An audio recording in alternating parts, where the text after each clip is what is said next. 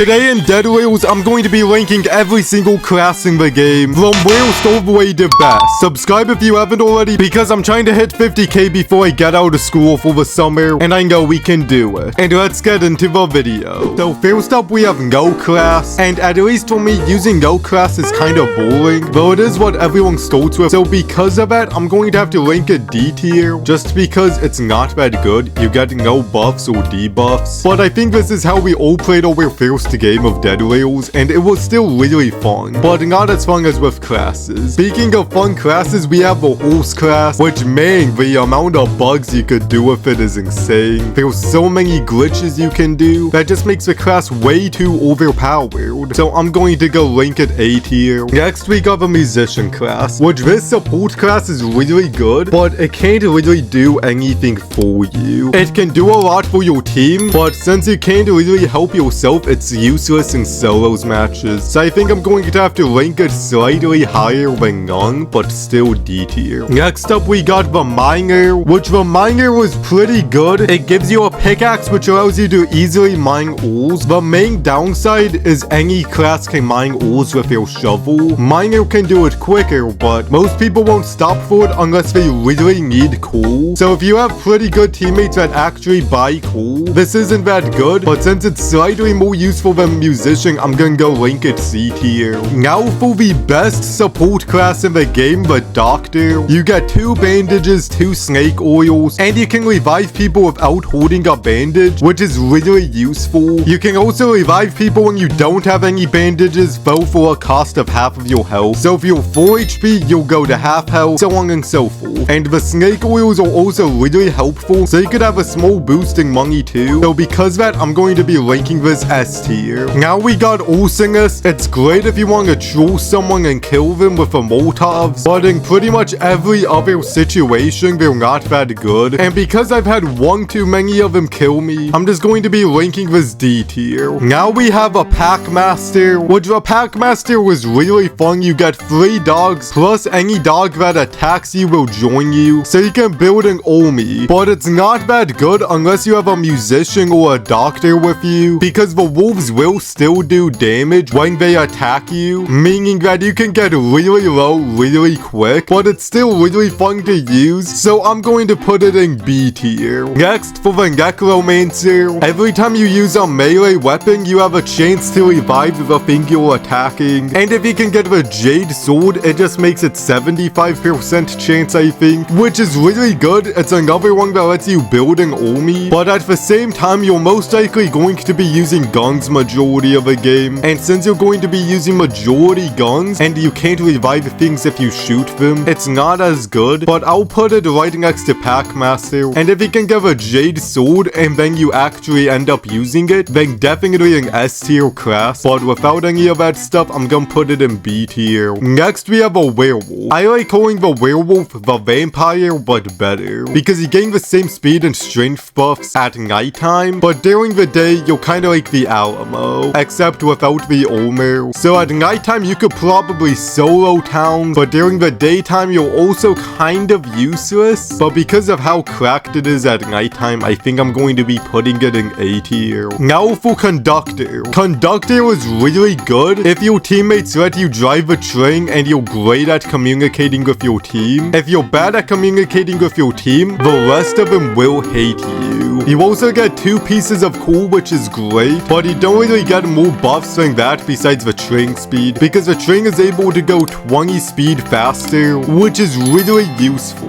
But besides for that, no buffs, but still because of that, I think I'm going to have to put it in high B tier, like even above Packmaster. Now for the Cowboy class. The Cowboy class is good if you haven't paid to win to get any guns, because that way you have a gun instantly, or if you're worried about getting left behind by your team, you at least have a horse with you. The main downside with this class is that once your horse is dead and you progress enough in the game, it kind of becomes useless, because you're not going to be using your your revolver when you have a rifle, and you're not going to be using the horse when you can use the train. So because of it, I'm going to have to put it in C tier, just because all the good things about it end up cancelling out late game, though it is pretty good in the early game. Now for the Alamo. At one point, I did consider this to be the best class in the game, because you were able to go ahead and put a few barriers up and defend the train. It also got me 21,000 views, which I'm not complaining about. But the Alamo class is pretty good, but people also like trolling with it, because whenever you put a metal sheet up, people cannot move it. So they can trap you in the train, and they can light TNT, drop it in there, and basically let you die. But since your team can't move it, I really wish they would make it a setting, so if the Alamo either enables it, or if they die, their team can move the metal sheets. But until that feature goes, it's not really a team player class unless you actually are with someone that uses it as a team. So because of that, I'm going to have to go put it in B tier. Next up is the High Roller, which this class is actually one of the best classes in the game still, yet not much people talk about it, which I don't really understand, because you get more money every time you sell stuff, which is very good. You can easily get incredibly stacked, but what about its trade-off? Its trade-off is it has a 10 times chance to be struck by lightning, which as long as you go inside a building during thunder nights, you'll be fine. So I'm putting this up in S tier. Next up, the Vampire class. Now, as I said earlier with a werewolf, it's just a less good version of a werewolf. Yes, you get the buff constantly, but after the nerf that it got, it's just so bad. Like, you're just dead instantly unless you're constantly hiding under the roof of a train. Like, these vampires need the cattle coal to survive, otherwise they'll just end up melting and die, and overall, I don't think it's that good. Yeah, the vampire knife is cool, but if you die and then get revived, you don't have that anymore. Someone most likely took it, so now you're just kinda cooked if you go out in the sun. So because of that, I'm linking it C tier, right next to the Cowboy. Now for Milkman. For Milkman, I was so wrong about the class, and I feel like I genuinely need to apologize. This went from being a D tier class all the way to a A tier class, because I thought the milk was useless, because that's kinda how it seemed, but when I got all milked up, I was really fast, pretty strong, and overall doing really good. And they haven't patched the infinite milk glitch, which if you don't know what it is, I'll put the tutorial on how to do it on the end screen, just so then you know how to do it. So because of that glitch and how good the class is, I'm going to be putting it in A tier. Now for the Survivalist. I made a video saying that the Survivalist was the most underrated class, and I low-key still stand by it. Like, it is really good, so I'm going to put it in B tier. Now for the Priest. The Priest has 2 things of holy water and some crucifixes, which is great if you couldn't get the exact same thing from the first town. So because of that, I'm going to have to say C tier. It's good for clearing out towns, but after the first town, you just get your stuff back automatically, so it's not that worth it. And speaking of not worth it, we have a zombie class. My first ever Dead Rails video was using this class, and I thought it was pretty good, until I played with it more and realized, oh boy, this thing sucks. It's so bad. The zombies barely even heal you. You would be better off using the Doctor class and using your bandages to heal. And you can't use bandages or snake oils when using the class. So I think this might be the worst class in Dead Rails. So because of that, I'm putting it in D tier. Now for the Ironclad. The Ironclad is a bit of a mixed bag, because it's pretty good in the sense that you start off with full armor, but you're also way slower. And plus, if you lose all of your armor, you still have that slowness effect. So because of that, Ironclad is not that good, so I'm putting it in D tier. Now for the Egg Slinger class. The Egg Slinger honestly is not that good when you compare it to the similar classes, but a major thing the Egg Slinger has going for it is the fact it can give you outlaws, and if you choose to kill those outlaws, you can sell them and get free money. But if you have bad luck and get zombies over and over, then the class is kind of useless. So I'm going to go ahead and put it in C tier right over here. Comment down below what your favorite class is in the game. Subscribe if you want more Dead Rails content, and comment down below what your favorite class is, and watch this video on screen if you want to learn the infinite milk glitch.